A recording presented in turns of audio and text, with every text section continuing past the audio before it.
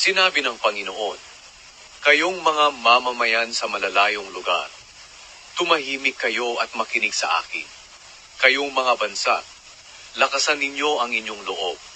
Lumapit kayo sa akin at sabihin ang inyong mga reklamo. Magtipon-tipon tayo at pag-usapan natin ito.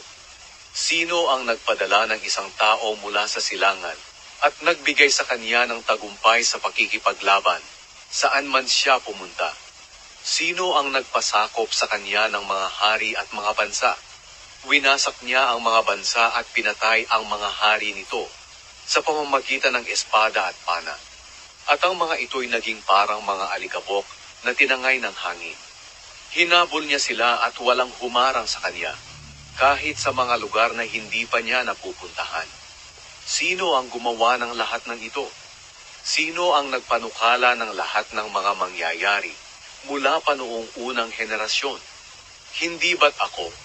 Akong Panginoon ay naroon noong sinimulan ang mundo, at naroroon din ako hanggang sa katapusan nito.